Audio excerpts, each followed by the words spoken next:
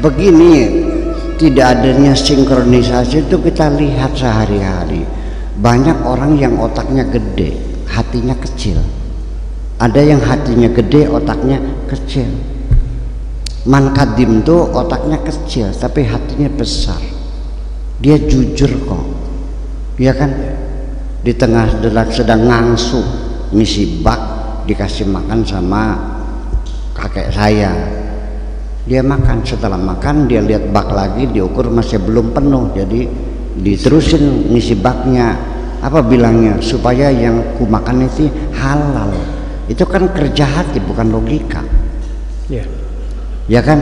Tapi ada lagi orang yang hatinya kecil, otaknya besar, Qurannya hafal, baca kitab kuningnya pinter, tapi korupsi juga, hatinya kecil. Jadi dua hal yang tidak bisa sinkron, bisa tidak sinkron, karena juga kadarnya berbeda-beda. Ada orang mikirnya cerdas. Nah, kalau orang cerdas itu cerdas akalnya, itu disebutnya dengan intelligent question, IQ.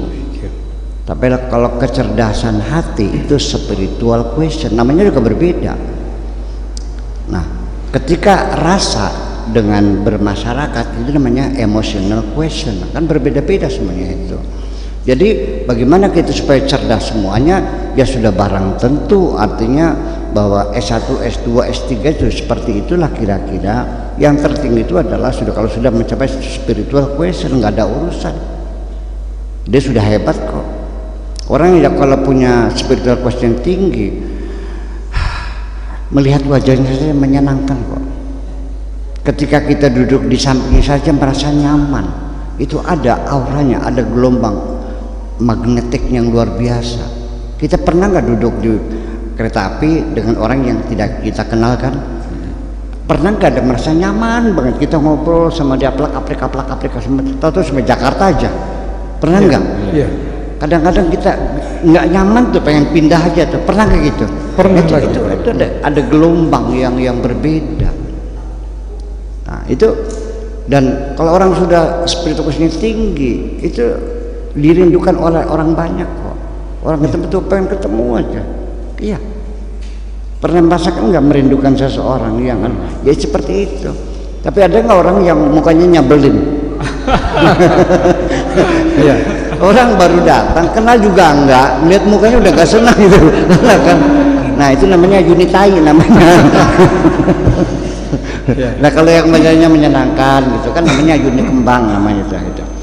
Jadi itu adalah refleksi dari kehalusan jiwa seseorang juga pada akhirnya.